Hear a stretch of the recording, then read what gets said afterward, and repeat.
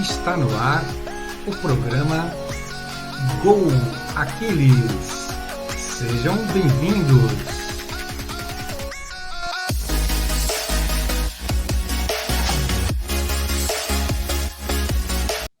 Olá, tudo bem com vocês? Estamos aqui, de férias, fazer o quê? Eu não posso fazer nada. Sou obrigado a vir para a praia, já que o programa do Go Aquiles está em recesso. Mas nessa edição do Go Aquiles Off, nós vamos passar duas edições que foram marcadas com muita presença e pela história. A primeira delas, nós vamos falar sobre o dia 18/6, quando nós tivemos um programa com o nosso grande chefe, Mariano, sobre a síndrome de Guillain-Barré. E nós nomeamos esse programa de 0 a 99% em 2 semanas. O segundo programa vai ser um Go Aquiles que nós fizemos dia 19/11, um bate-papo com o Fera. Nós tivemos presentes o Steve Dublin, que foi o fundador da DB. Eu vou continuar aqui, então, vou tomar uma água de coco e vocês podem verificar esses 2 programas agora. Beijão, lembrando que todos os protocolos para não pegar essa danada desse vírus. Valeu? Beijão para vocês. Aquiles International Brasil. O que nós queremos para 2021? Mais amor, mais união e mais saúde.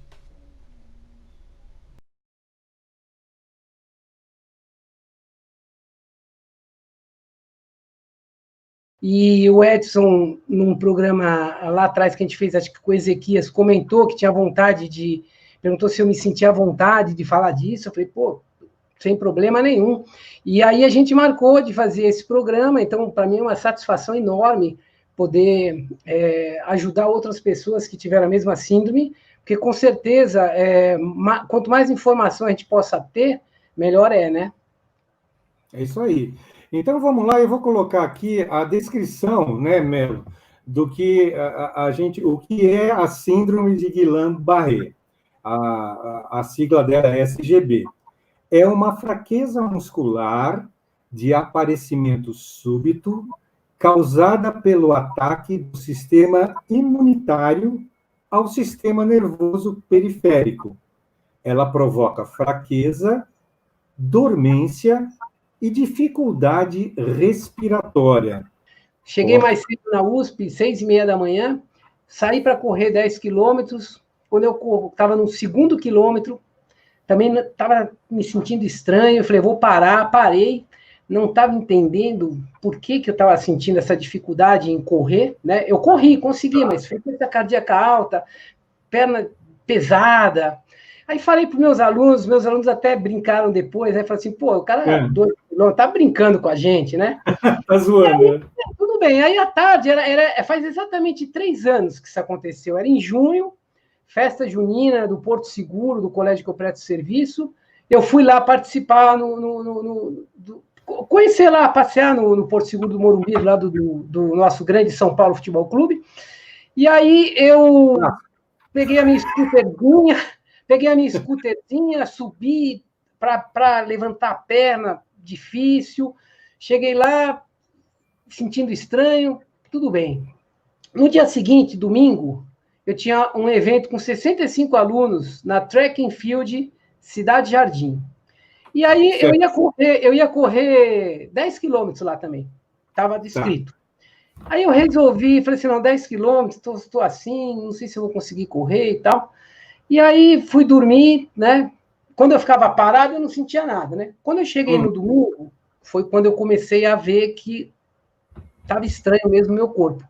Eu fui dar o aquecimento, estava com o Laércio, o professor que trabalha comigo, fui dar o aquecimento, porque tinha várias largadas, eu ia aquece primeiro os 15 quilômetros, depois os 5 e os 10, eu ia dar o aquecimento e não consegui dar o aquecimento. Não consegui. Certo. E os professores falavam, esse cara tá de brincadeira comigo, não é possível, né? Achavam que eu estava dando um gato para não trabalhar, né? Qualquer coisa assim. E eu falei assim, eu falei, Lércio, não tá dando, dá você o aquecimento, meu, tá estranho, tudo travado, até meu humor mudou um pouco naquele dia, estava estranho. Quando eu acordei de manhã cedo, eu já estava me sentindo estranho, eu já fui com uma roupa para não correr, desistir de correr, se eu ia trabalhar. Sim. Aí eu fiquei tirando foto. Nessa que eu fiquei tirando foto, quando eu fui voltar para o ponto de encontro, porque lá na Track and Field Cidade Jardim não dá para montar tenda, então a gente marcou um ponto de encontro. Aí eu fui voltar no ponto de encontro e o Lércio ficou lá esperando os alunos chegarem, alguns alunos chegarem. Quando eu, ali na frente do shopping Cidade Jardim, tive que pisar na grama para subir um degrau na grama, eu senti falsear a perna. Falei, nossa, sabe, as coisas iam aparecendo, né? Senti falsear a perna. Aí peguei, fui para lá, acabou o negócio, fui para casa. Falei, nossa, que estranho essa gripe, né, meu? Que coisa, será que foi a musculação que eu fiz?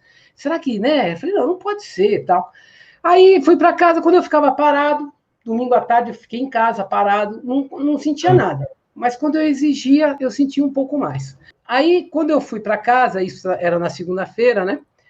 Quando eu fui para casa, um aluno meu falou para mim, Mário, gripe não faz isso, cara. Vai vencer o direito e tal, né? E aí eu fiquei um pouco apavorado, né? Quando ele falou isso, porque, pô, é verdade, né? Uma gripe assim, né? Aí eu comecei a falar com meus contatos, eu liguei para um aluno meu que é cardiologista, o doutor Mangione, aí ele falou, liga para o outro que a gente conhece, que é o genro dele, que é o Daniel, liga para ele que ele é infectologista, aí eu liguei para o Daniel, e o Daniel falou assim para mim, Mário, você dá 24 horas, se não melhorar, você volta para o hospital. Aí eu acordei no dia seguinte, dei o tempo, acordei no dia seguinte e falei, pô, será que eu estou melhor ou será que eu não estou melhor? Melhorei ou não melhorei? Fiquei na dúvida. Aí eu falei, liguei para o Daniel. Falei, Daniel, me diz uma coisa, cara, e aí? Ele falou assim, olha, Mário, volta para o hospital, que eu estou achando que isso... Ele já tinha uma ideia de que eu tivesse com algum problema ligado aos nervos e tal. Aí eu peguei, ele me recomendou eu ir para o outro que eu tinha convênio, que era o Hospital Santa Catarina, e aí que começou a saga, que foi bem engraçado, né? Eu estava em casa, e meu filho, ele estuda no INSPER, ele fez um trabalho lá, e tinha uma bengala em casa do trabalho que ele fez, né? Eu liguei para o cara que trabalha comigo e falei, Raul, vem aqui em casa 14h, porque eu estava com medo até de dirigir, cara. Estava com medo de dirigir. Eu falei, vem aqui, vamos para o hospital. Aí, quando eu estava saindo de casa, o meu filho falou assim, leva a bengala, pai. Mas eu não tive nem dúvida. Eu não tive nem dúvida. Eu peguei a bengala, desci, o porteiro me olhou assim, cara, ele falou, meu, porque eu andava muito devagar, muito devagar. Aí eu fui para o hospital, cheguei no hospital, a moça me atendeu para triagem e falou assim, olha, eu falei tudo que tinha acontecido, isso que eu falei para você, ela falou assim, olha, nós vamos te internar. Eu assim, ainda bem, graças a Deus, porque eu não aguento mais, eu preciso ficar num lugar quieto, sendo tratado. Aí ela falou, vamos te internar, você está com uma suspeita de síndrome de Guillain-Barré. Eu falei, meu, o que é isso? Nem sabia o que era. Ou então você está com um problema na coluna. Aí eu falei para ela assim, mas o que eu tenho que torcer para ser? Ela falou assim, as duas coisas são péssimas. Eu falei, nossa! Nossa, que legal, hein? Ela é bacana essa menina. Aí eu fui com o Raul ficou me esperando. Eu já fui para a espera lá dentro, já para ser internado, eu já peguei uma cadeira de roda. Porque eu falei assim, meu, vai demorar para caramba para eu chegar lá, você entendeu? Eu vou na cadeira de roda. Fui, sentei na espera para ser internado e abri o celular e comecei a buscar Guillain-Barré, o que era. Aí, meu, aí é brincadeira, né? Aí você... Eu me amarrei muito numa coisa que dizia assim, 95% das pessoas saem sem sequelas. Aí eu me agarrei nisso, eu fiquei bastante otimista em relação a isso, né? E aí fui internado. Então, essa foi a primeira fase. Eu descobri o que era, né?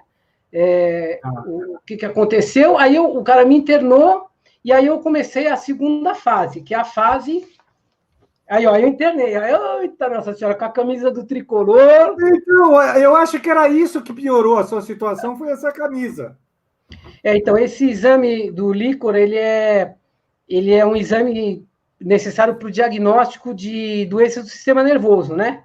Ele não Certo. pode ser substituído por nenhum outro exame, como de sangue ou exame de imagem. Então, são os exames que eu tinha que fazer. Depois que você faz esse exame, você tem que ficar um tempo numa posição, porque senão dá dor de cabeça e tal. E quando você está na situação que eu estava, o que vier, você faz o que o cara mandar fazer, você faz, né? Se um cara mandasse eu vestir a camisa do Palmeiras ou do Corinthians, eu vestia. Não tinha Olha jeito. só aí, a que ponto chega, meu Deus. Né? Esse líquor está concentrado em parte na cabeça e na coluna, né? Certo. E eles fazem uma punção lombar com essa agulha para poder retirar. Bem, aí, depois de ter feito todos esses exames, realmente eles me consideraram que eu estava com a síndrome de Guillain-Barré, né? Aí tinha que definir o tratamento que eu precisava fazer. Então, o que aconteceu foi que eu perdi a força nas pernas, paralisou a minha face, eu não tinha expressão nenhuma, ficava qualquer coisa que eu. Se era para rir, era a mesma cara, chorar, era a mesma cara, tudo era igual. E uma coisa engraçada também nesse período é que as pessoas foram me visitar e ficaram completamente impressionadas, né? Às vezes eu ia fazer a fisioterapia dentro do hospital e, pô, quando eu saía para andar, teve cara lá que eu falei, pô, esse cara vai chorar, né? Vamos falar, eu vou botar esse cara por causa que eu estou fazendo essa surpresa para você não sabia disso. Mas só quem eu vou botar na live aqui, ele vai falar pessoalmente essa história para você. Marcos Querex. Opa! Boa noite, E aí, Marião? Beleza. Agora vocês podem conversar. Que surpresa agradável. Ó, eu vou até terminar a história. Aí ele pegou, eu falei para ele, mas ele falou assim: você teve a síndrome de Guillain-Barré? Eu falei, eu tive. Aí ele falou assim, eu também tive. Aí eu falei para ele assim, mas o Marcos, você teve antes de você ser cadeirante ou depois? E aí ele falou para mim assim, eu fiquei cadeirante por causa da síndrome de Guillain-Barré. Aí eu falei, é verdade, foi mesmo. Conta aí, então. A gente quase não se encontra em corrida porque eu sou desleixado pra caramba, né? Aí quando se fala bem no dia que o cara tá passando o maior perrengue da vida dele. Pô, foi muita coincidência mesmo eu ter te ligado bem naquele momento, né? Pra mim foi uma surpresa grande, assim, não por ser uma coisa rara, uma doença rara, porque não é tão raro, é uma coisa que acontece com certa frequência, né? Quando vira e mexe você encontra alguém que teve ou que conheceu alguém que teve, é bem interessante mesmo, né? Mas a descrição que você fez do seu caso tem muita similaridade com a descrição que eu tive, a descrição do meu caso, né? Eu não sei, quer que eu conte um pouco? Como foi? Conta um pouquinho. Tá, que idade que você tinha? Eu tinha de 14 para 15 anos e a minha vida era basicamente só esporte, né? Eu tinha... eu estava começando a me federar em basquete, enfim, estava bem... Nativa. Bem nativa, né? E, enfim, tinha uma carreira pela frente aí e tal. E, de repente, tudo mudou, né? Da mesma forma, com a mesma surpresa e que aconteceu contigo, né? O que aconteceu aqui, no meu caso, foi um pouco mais lento e gradativo, né? E foi mais... A progressão da doença foi mais linear, mais uniforme. Ela foi subindo, foi paralisando minhas pernas, então um dia acordei com a perna meio formigando, meio dormente, e fui para o colégio e a perna foi ficando cada vez mais fraca naquele dia. Voltando de ônibus eu caí, porque minha perna começou a ficar bem fraca mesmo. E quando eu cheguei em casa, minha mãe falou, putz, o que aconteceu? O que você fez? Eu tinha 14 anos, né? Você bebeu, enfim. Mas foi mesmo, uma situação... e eu dava risada, porque era engraçado, era uma situação engraçada, tua perna tá meio mole, meio bamba, e você fala, pô, mas eu tô normal, né? E aí, quando a gente chegou no médico, ele pediu para minha mãe sair, fez várias perguntas para ver se não era droga, bebida, alguma coisa assim, mesmo questionário. Não devia ser santo, hein? Pior que era, cara. Era, né? Porque depois de velho que eu entortei. E aí, quando eu comecei a contar os sintomas que eu estava tendo, eu tive bloqueio de urina também, travou, eu não consegui ir no banheiro, de uma maneira absurda, assim. E ele falou, vamos direto pro hospital, passa em casa, pega uma muda de roupa lá, você nem desce do carro e vai direto pro hospital. E aí, quando eu cheguei, eu fiz o exame de líquor, eu fui pro Sírio-Libanês e depois fui encaminhado, o Sírio-Libanês estava sem vaga, eu fui encaminhado pro pronto-socorro infantil Sabará, e não tinha nem cama pro meu tamanho lá, na época, me arrumaram lá, e aí no dia seguinte eu fui transferido pro Sírio-Libanês. Foi bem no dia da abertura da Copa do Mundo de 94, no dia, eu assisti a abertura da Copa do Mundo quando eu cheguei no hospital. E aí quando eu cheguei no Sírio-Libanês, em uma semana a doença foi progredindo, então minha perna foi ficando fraca, abdômen foi parando gradativamente subindo. E o tratamento que você fez também foi imunoglobulina? Não, o protocolo naquela época era o cortisona, corticoide. Então era uma pancada bem forte de corticoide, né, para diminuir, porque pelo que eu entendo, quando tem a ação do vírus, a infecção faz com que ocorra uma inflamação, né, dos nervos, raízes nervosas. E aí a tentativa deles é de tentar frear, né? Isso é legal. Eu quero fazer um desafio. Eu não sei se vocês sabem, mas Marcos Quereques, junto com João Dias e junto com esse cara aqui que vos fala, o Sidão, nós fizemos uma aventura e vai ter um programa especial que eu vou dar o spoiler do título do programa para vocês. É mais para frente. São ser 3 cadeirudos em Berlim. Fechado? A gente se fala. Marcão, muito obrigado. Valeu. Beijo Marião. no coração. Valeu, Beijo. Marcos. Um abraço, parabéns pelo seu trabalho. Pandemia, portas estão abertas lá para você aparecer, viu? Voltarei. Uma corrida por ano eu vou fazer.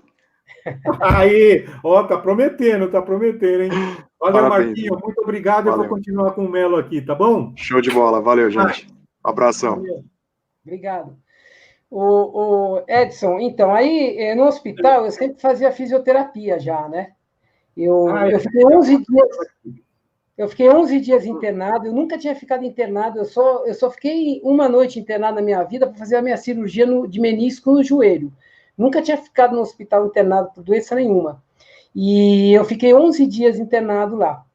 E aí eu tinha que fazer a fisioterapia. Mas não estava fácil o negócio, né? Tava complicado, porque eu tinha muita dificuldade em andar. Para o pessoal entender, né, o Edson? Uhum. O que é dificuldade, né? Vamos mostrar o que é dificuldade, né?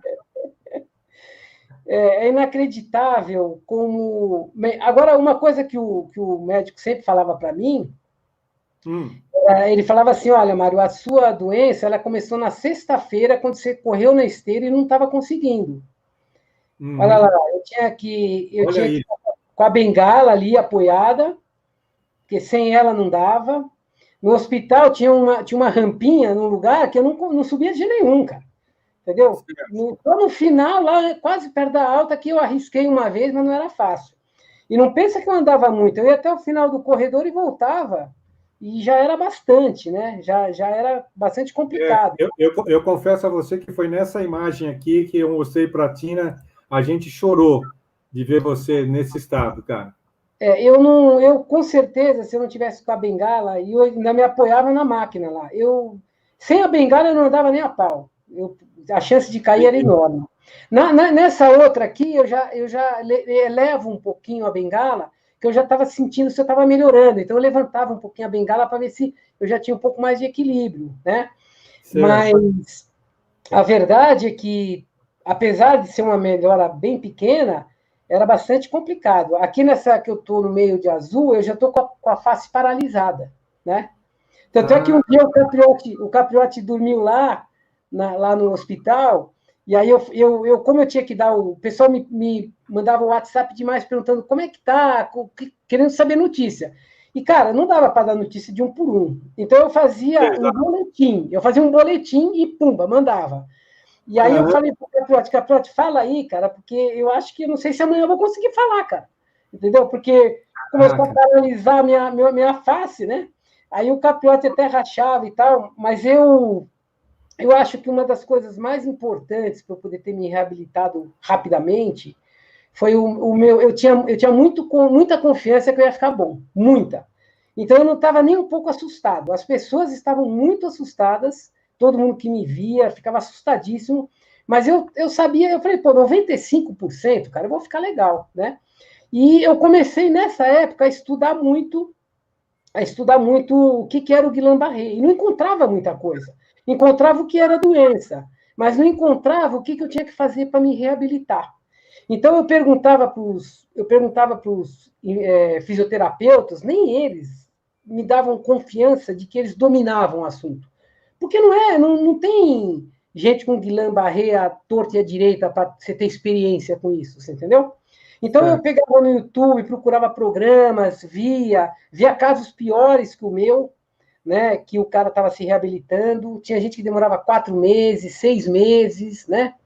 E eu coloquei na minha cabeça, quando eu saí de lá, eu falei assim, ó, eu vou me reabilitar em 1 mês. 1 mês eu vou me reabilitar. Essa, assim, a meta, né? É lógico que poderia não me reabilitar, né? E aí eu comecei a fazer essa fisioterapia. Tem mais aí, né, fisioterapia que eu fazia no... Tem. Isso que eu ia mostrar, a evolução sua já no segundo dia. Eu achei demais isso aqui, cara. Ah lá, você já não está apoiando mais a bengala, ó. Aí eu já estava, sei lá, segunda, terceira sessão de imunoglobulina, que na realidade me paralisou a face, e o meu médico, o Dr. Raul Darras, que é um neurologista, ele falou assim, olha, você vai ficar aqui, nós vamos tomar... Ele definiu que foram 5 dias, né, dessa imunoglobulina, e ele falou assim, nós vamos agora esperar você começar a ter uma resposta positiva do organismo. No momento que você tiver a resposta positiva, eu vou te dar alta. Porque não tem o que fazer, ela piora e depois começa a melhorar. E Porque aí, você sabe que eu sou um repórter prendado, né? Eu vou atrás dessas aí coisas. quando eu subi na bicicleta, eu coloquei lá, nível 0.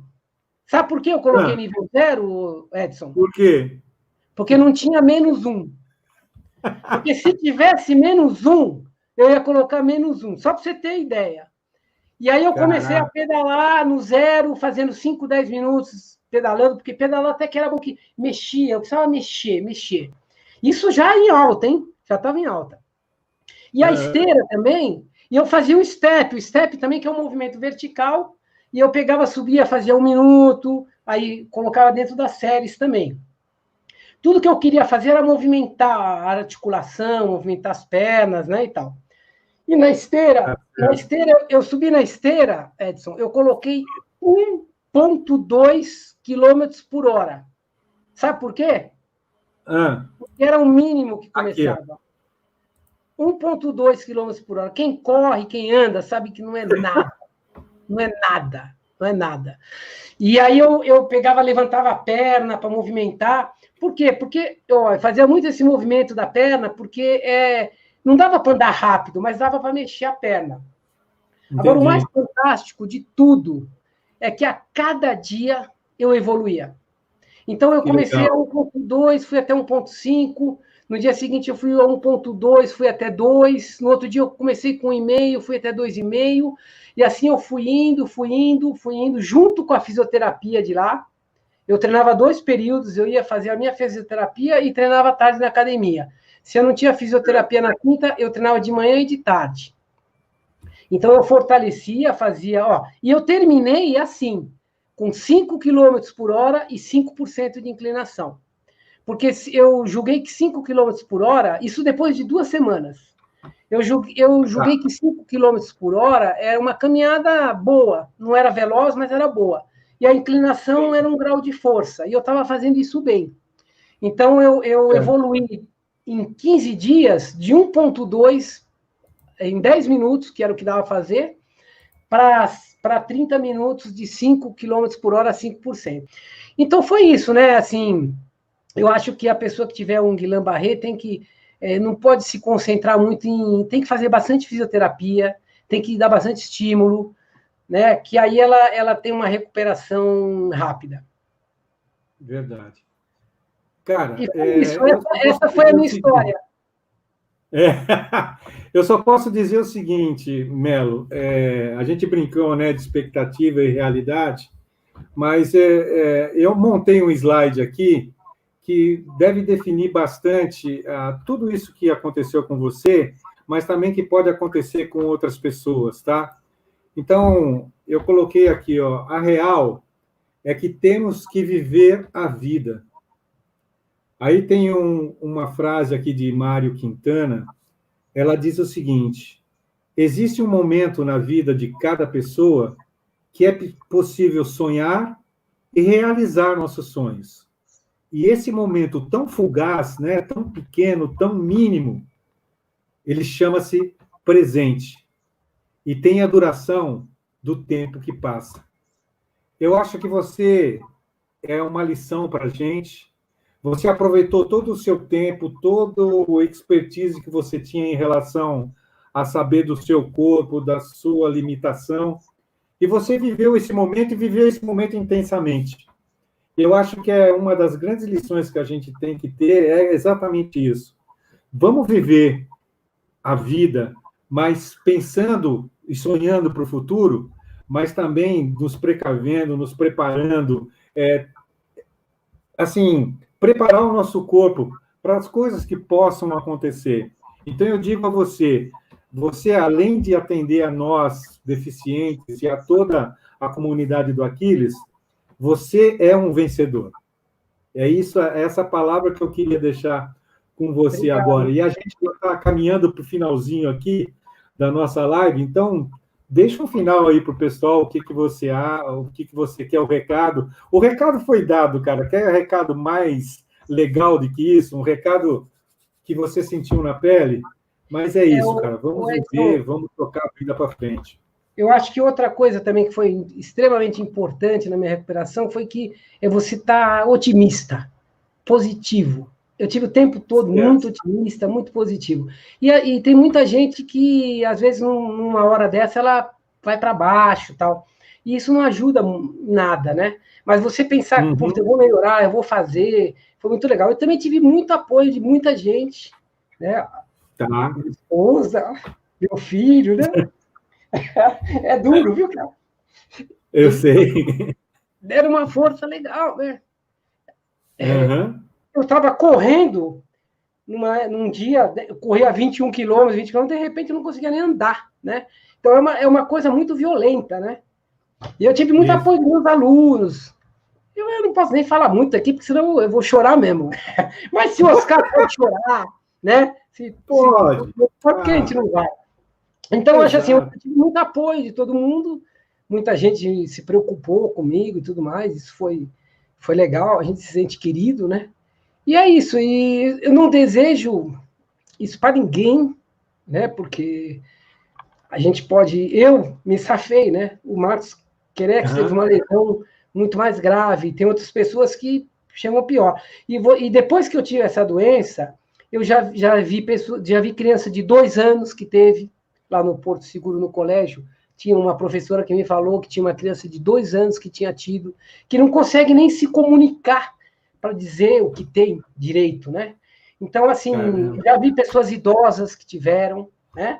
Então, assim, é bastante difícil. Eu também faço até um alerta que não só para essa doença, a minha forma física, eu estava muito bem fisicamente. Tanto muscularmente quanto cardiovascular, eu estava muito bem, e isso me ajudou muito a me recuperar rápido.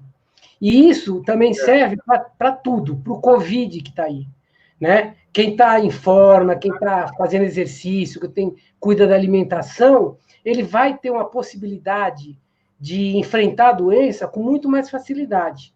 Então, as pessoas que estão paradas, que não estão fazendo nada, que são preguiçosas, devem avaliar isso, porque isso pode salvar, isso pode ser uma diferença entre você viver e você morrer, né? Ou entre você ter uma sequela gravíssima, né, e você sair inteiro e seguindo a vida, né?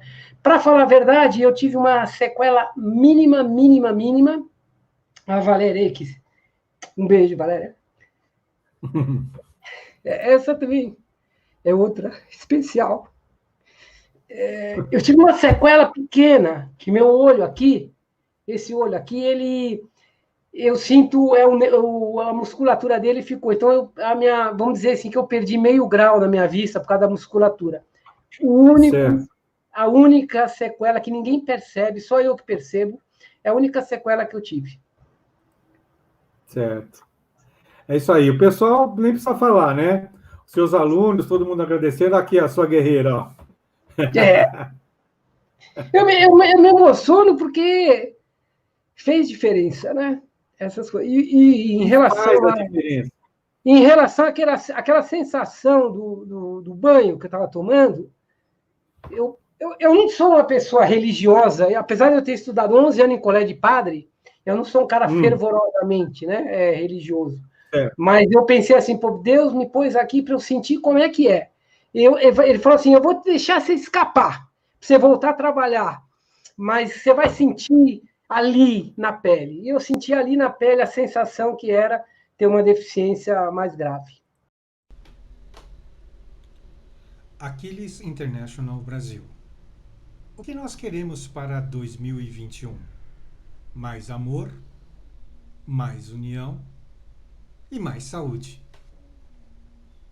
Da Dedê. Quem está aqui assistindo a gente é o Thiago Borgatti, que falou que não ia perder. Beijo, Ele falou que muitas você foi uma inspiração para ele.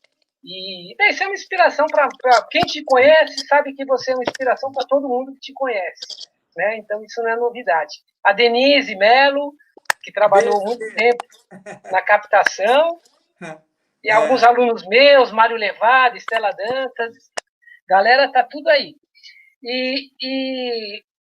Ô, Steven, então, quando eu sempre encontrava com você, depois dessa época que você fundou a ADD e tal, a gente se distanciou um pouco, cada um foi para a sua área, às vezes se encontrava em um lugar em outro, mas teve uma época que acho que você foi morar nos Estados Unidos também, não foi, por um período? Foi morar, fiquei há muitos anos nos Estados Unidos, e aí aprendi bastante coisa também. Aí eu viajei muito, porque era campeonatos, aí eu viajei muito. Lá nos Estados Unidos, você morou em Miami, não é isso? Isso, morei em Miami. Miami e Nova York. E você atuou bastante também com os deficientes lá ou não? Cara, lá eu trabalhei lá, eu fui até convidado para ser o gerente de Miami, da cidade de Miami com deficientes, mas como eu estava fazendo outros projetos, acabei não seguindo e ficando lá, entendeu? Mas foi uma experiência muito legal, foi show. E é engraçado que quando eu estava nos Estados Unidos, eu trouxe a primeira bola de goalball para o Brasil. O goalball é um esporte para deficiente visual. E quando cheguei aqui na alfândega do Brasil, a mulher ouviu o barulho, ela achou que era drogas, diamantes, sabe o que ela achou? E ela queria cortar a bola. Eu falei, minha senhora, pelo amor de Deus, não corta. É uma bola de goalball que não existe no Brasil. Graças a Deus, ela não cortou. E hoje o goalball está muito bem no Brasil. E aí, um dia, cheguei em casa, um pai ligou para mim e falou assim, o que você fez com meus filhos? Eu falei, eu não fiz nada. Falei, mas o que você... Não, eu preparei só dizendo que o meu projeto dentro do Poridomos. Ele falou assim, o que você fez com meus filhos, faz com meus funcionários. Eu falei, nem morto. Ele falou, você quer ganhar? Eu falei, não quero ganhar nada, eu trabalho, eu tenho salário. Aí ele falou assim, você quer cadeira de roda? Quando ele falou assim, você quer... Eu falei, se eu me der cadeira de roda, eu vou. Aí ele me deu a cadeira, eu falei, então eu vou. Mas eu não sei dar palestra, nunca dei palestra. Faz igualzinho que você fez com meus filhos. Aí foi minha primeira palestra no Grupo Ipiranga, e a partir disso eu comecei a cobrar cadeira de rodas para poder trazer mais pessoas, crianças para praticar esporte, adultos, foi muito show. E aí conseguimos patrocinadores, conseguimos divulgar, porque sou deficiente, ele é um ótimo jogador, basquete, atletismo, ele também é ótimo em outras coisas, como trabalhar. Nós conseguimos muitos empregos para os nossos atletas, e aí fiquei muito feliz. Eu tentei fazer no Brasil basquete para cegos, e eu comecei a fazer. Mas o nosso problema, eu botava um som grave e um som agudo em cada tabela, e a gente fazia como fala, códigos no chão, em relevo. Conforme ele pisava, ele sabia em que posição ele estava na quadra. mas a gente não tinha outra equipe para competir. Então, não deu certo. O máximo que eu fiz foi campeonato de arremesso livre. Pô, mas tinha um ceguinho safado, arremessava pra caramba, cara. Era impressionante. Quem está assistindo aqui com a gente também era a Isabel, a esposa do Robert, né? Show. Ela falou, já vi você ao vivo, você foi também no Banco of America, eu acho, dar uma palestra lá também, né? O Robert, nossa senhora, o Robert com a Mary Lynch na Bank of America ajudou muita gente, muito, muito, muito. Eu sou lisonjeado. Nós somos para os Estados Unidos também, você também é baita técnico, né? Acompanhando direitinho, assim. Tem só pessoas do bem. Sabe, as pessoas me perguntam, né? Eu viajei muito, e o pessoal fala assim, o que você mais aprendeu nessas todas essas viagens? A coisa que eu mais aprendi é que eu descobri que 99% das pessoas no mundo inteiro são pessoas do bem. E 1% é safado sem vergonha. O problema é que 1% aparece na mídia. Você vê televisão, pensa que o mundo está uma desgraça. Mas é exatamente o oposto. Se você olhar todos os seus amigos, você vai encontrar só 1% que é safado. Então, a maioria do bem. E todas as pessoas que você mencionou o nome agora, meu Deus do céu, foi o maior presente da minha vida ter conhecido eles e o que eles fizeram no Brasil. Né? O que eles fizeram para o esporte, para as pessoas com deficiência. Fizeram muita coisa legal. Aí, uma vez nós estávamos em Nova York, nós jogamos com os times da NBA em cadeira de rodas. O Knicks, wheelchair, Magic Orlando, Miami Heat, wheelchair. E aí, tinha uma escada rolante no metrô. Aí os cadeirantes, todos os nossos cadeirantes, o Thiago estava lá. Subimos na escada rolante. Aí o filho da mãe, aí um americano jogador, ele veio por trás, mó farra, subiu com a gente. O Celestino segurou ele, e aí todo mundo segurando, mas o americano tinha experiência, o americano despencou lá, coitado. Mas aí a polícia veio em cima da gente. E aí os caras falaram assim, não pode, escada rolante. Aí eles apontaram para mim, o coach ali, ele fala inglês, pode falar com ele. Aí o policial veio para mim, falou assim, não inglês, only português. Mas assim, ninguém pega escada rolante, né? Nos Estados Unidos, todo mundo pega elevador em qualquer lugar do mundo, praticamente. Mas a gente, no Brasil, muitos lugares não tem elevador. A gente é obrigado a pegar escada rolante. Ele é considerado um dos 10 melhores palestrantes do país. Mas se de repente você se visse em uma cadeira de rodas, você acha que ainda teria capacidade de fazer tudo isso? Esse homem aqui do meu lado vai dizer que você pode. Ele é Steven Dubner, um dos fundadores da Associação Desportiva para Deficientes. Steven, são 36 anos de estudo para esporte adaptado. De onde surgiu essa ideia de treino para deficientes? Olha, foi tudo muito sem querer, né? Há 36 anos atrás, o meu primeiro contato com deficiente, eu era técnico de uma equipe de andantes de basquetebol. E quando eu estava terminando o meu treino, esse cadeirante falou assim, professor, será que um dia eu posso aprender a jogar basquetebol em cadeira de rodas? Aí eu travei, falei, meu Deus, eu não sei nem, nunca vi na minha vida, não sabia nem por onde começar. Mas foi essa história que mudou a vida dele. Hoje, Steven Dubner treina deficientes e tornou-se um dos maiores palestrantes da atualidade. A diferença que faz umas pessoas conseguir atingir os seus sonhos, os seus objetivos e outras não, é apenas uma palavra, uma.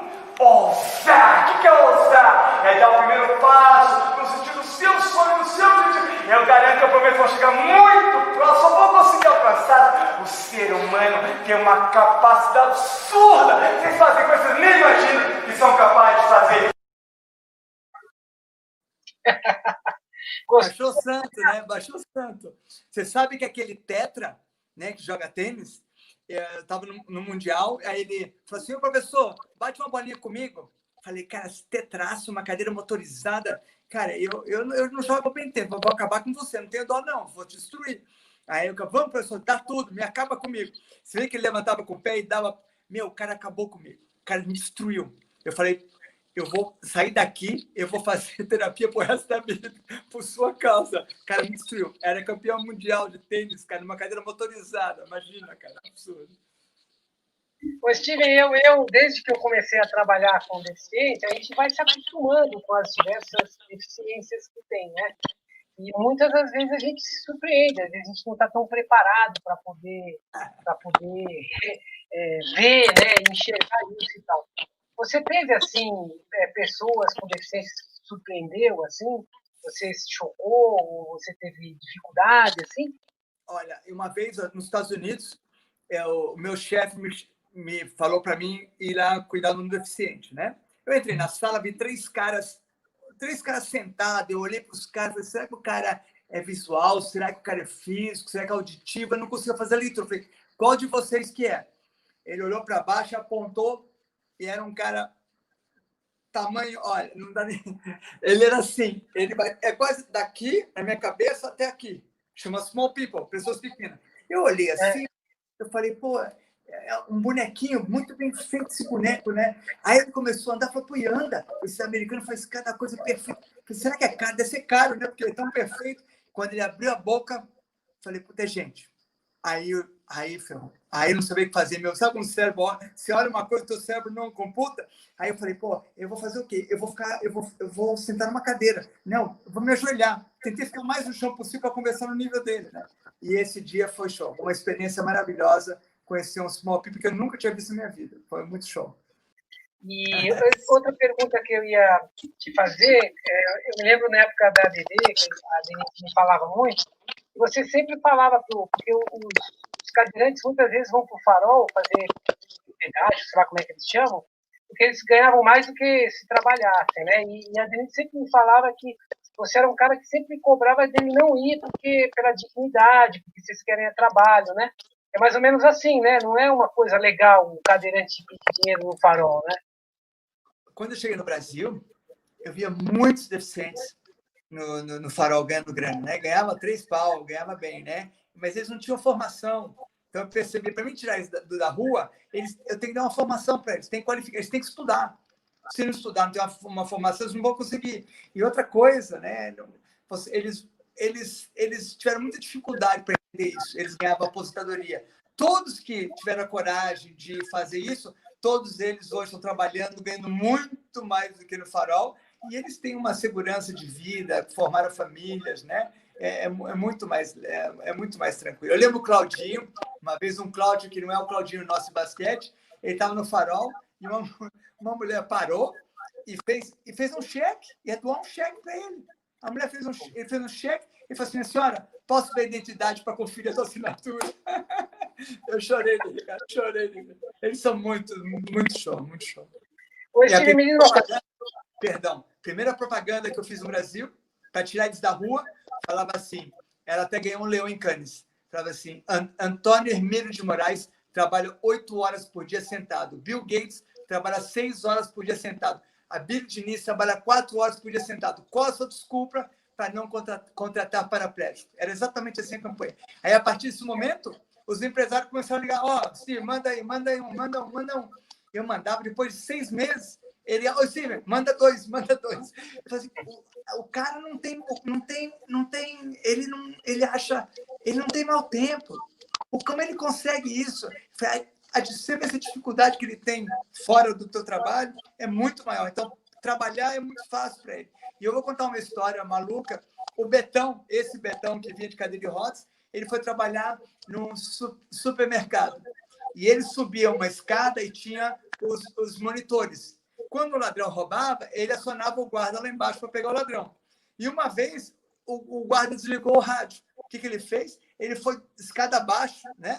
Foi descendo, foi rastejando no chão, pegou o cara, deu uma gravata no cara e segurou o cara até a polícia chegar. Aí eu falei, porra, Betão, você é louco, cara? Eu falei assim, é isso. Eles acham sempre uma solução para fazer uma coisa que a gente nunca esperava que eles façam. E são iguais como nós, né? Erra tudo, mas a dificuldade é tão grande a dificuldade que quando você dá uma oportunidade para eles, eles aproveitam muito. Ô, Steve, eu me lembro muito bem dessa propaganda que você falou do Abel Diniz, me lembro perfeitamente quando foi muito, muito boa mesmo. E uma coisa engraçada é que a Denise fez aniversário uma vez, e a gente foi acho que era no Lamelight, uma casa noturna, que a gente fez uma festinha lá para os amigos e tal, e o Aranha, convidei o Aranha e tudo mais, aí a gente chegou e ficou na parte de cima, tinha uma baita escada para subir, aí de repente, eu nem sabia que tinha essa escada, descobri na hora. De repente, estava um cara lá me chamando e falando assim, olha, tem um cadeirante lá que ele vai ter que subir aqui, você me dá um jeito para subir aqui e tal. Aí, enquanto ele falava isso para mim, o Aranha chegou do lado dele. Já tinha subido. Enquanto ele estava perguntando, o Aranha já estava lá em cima, você entendeu? Então, Agora, realmente... eu lembro de uma, eu tinha um atleta chamado Enoch, né? E ele é um negão forte, monstro, monstro. E ele pega aquela perninha fininha para andar no chão, jogava a perninha aqui, uma perninha aqui e saia andando no chão. E ele foi pro vestiário, cara. Acho que não lembro nem onde era. Tinha um senhor, coitado, que estava limpando o chão do banheiro e estava aquele mormaço de água quente. Esse homem desmaiou. Desmaiou, caiu no chão, desmaiou. Aí o pessoal acordando, preocupado com ele. Aí ele falou, o que aconteceu? Eu vi um sapão desse tamanho. Ele achou que era um sapo. Eu chorei de rir. História não falta, né? Mas, Steven, nós temos pouco tempo aqui, nossa produção já está alertando como o tempo passa rápido, né? Você tem história aí você tem história para umas 5 temporadas. Ó, deixa eu te fazer uma pergunta. Você mora em Floripa, né? Essa cidade feia, horrível, né? Eu conheço muito bem, porque a minha esposa é daí, conheço bastante Floripa. Como é que tá Floripa? O que você está fazendo aí nessa pandemia? Qual o seu esporte? Você bate aí no basquetebol? Você dá uma caminhada? O que você faz? Eu faço caminhada, eu tenho um problema no coração, né? Eu tenho um problema bem grave no coração. Então, assim, eu tô diminuindo muito o meu ritmo, né? Então, assim, tudo que eu faço é tudo regrado para não deixar o coração disparar um pouquinho. Mas estou muito bem, cabeça tô pensando, tô super bem. E Floripa é um lugar que eu gosto porque é muito seguro como cidade, né? E a qualidade de vida, o pessoal assim é carinhoso, assim, eu amo Floripa, eu amo muito Floripa e eu gosto do Brasil, eu amo o Brasil. Só que São Paulo eu sinto dificuldade. Você já se considera um manezinho da ilha? Eu me considero, eu me considero, eu não consigo ver fronteiras, né? Para mim todo mundo é igual, todo lugar. Mas toda vez que eu corro de manhã, agradeço o Floripa por me permitir, né, ficar aqui e vivenciar essa cidade linda que é. É Avaí ou Figueirense? Eu já dei palestra para os dois, né? Mas o Figueirense eu dei mais. Então, e toda vez que eu dou palestra para time esportivo, ganha, graças a Deus. Eu dei uma palestra para o Corinthians e era Corinthians e Santos, né? Então, o jogo é domingo e eu dou palestra no sábado à noite, né? E aí os jogadores foram super... Eu sou palmeirense, né? Então, antes de começar a palestra, falou, eu sou palmeirense, sou corintiano, não. Os caras quase bateram em mim. Mas aí eles ganharam de 6-1. 6-1 do Santos, cara. E a partir desse jogo, todo bicho que eles ganhavam, eles davam cadeira de rodas pra gente. Eu fiquei muito feliz. Você deu palestra ontem pro São Paulo contra o Flamengo ou não? Não dei, não. Não dei, mas já dei pro Flamengo. É legal, né? É bem legal. O futebol gosta muito disso, dessas palestras motivacionais, né? E nós temos futebol de cegos, né, que é um dos melhores do mundo, né, futebol de 7, e nós temos o Powerball, que é um futebol cadeira motorizada. É muito legal também. Pois, Steven, então, eu queria te agradecer aí esse tempo que você doou para a gente, que quando acabar a pandemia, tuas palestras voltem a milhão com essa nova palestra aí. Obrigado. Entendeu? Matei a saudade de você. Se você estivesse aqui, eu te convidar para um basquetebolzinho, porque acho que eu ia dar um... Você aí, com o coração... Na cadeira. Coração assim... Na cadeira eu vou perder, não vai ter jeito. Bem, pode dar suas considerações finais. A Eliane Lemos aí, que ela foi da DD também, né? A Lemos tem um projeto muito legal também com cadeirantes, e ela está fazendo uma dança com crianças, que é muito show. Então, assim, sabe o que é legal? De todo mundo começou lá atrás, é que cada um saiu da DD e foi fazer um outro projeto. Você imagina que legal? Eu lembro uma vez que meus jogadores estavam falando: Steven, não queremos fazer o time. Eu falei, mas se vocês saírem, é legal. Só fazer um outro time. Aí são mais times do Brasil. E os nossos profissionais são show. Tem muito pessoal do bem. A condições finais, assim, agradecer você, foi um show. Sidão, que está atrás, Rô, que está fazendo intérprete, legal. E eu combinei com o Sidão que nós vamos sortear uma prótese para o pessoal que está ouvindo a gente. Mas é uma prótese peniana. O pessoal vai adorar. Vai vender, vai todo mundo aí mandar mensagem. Vai ser um prazer. Obrigado. Bem, valeu, Steven. esse programa vai ficar aqui para todo mundo ver, você pode divulgar. E obrigado aí mais uma vez por você ter dado esse tempo. Só para te falar uma coisa que eu ia falar, eu fui voluntário da DD, não sei nem quantos anos, mas eu só fiquei na Aquiles depois, porque teve uma época que eu era voluntário da DD, voluntário da Aquiles, era da Associação dos Treinadores de Corrida, e eu já estava ficando doido. Aí eu falei assim, não, eu vou ter que ficar em uma só, não dá para ficar em tantas. E aí eu acabei escolhendo a Aquiles, mas eu adorei estar em todas. Olha o que você fez para o atletismo, né, no Brasil, né? É muito legal, é muito show. Só pessoas do bem. Então valeu, obrigado, tudo de bom. Beijo a vocês. Obrigado a todo mundo que foi super ativo aí nas mensagens. Tchau, Rô. Tchau, Cidão. E o nosso programa terminou. Esperamos vocês na próxima semana. Esse programa fica gravado nos nossos canais YouTube, Facebook e Instagram. Para acessar nossas mídias sociais, aponte o seu celular para este QR Code que está aparecendo na tela.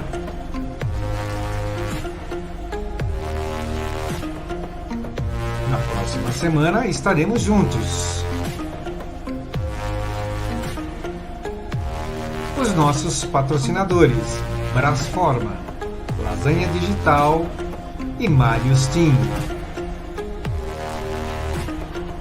Aquiles International Brasil e o programa Globo Aquiles dizem a você até mais.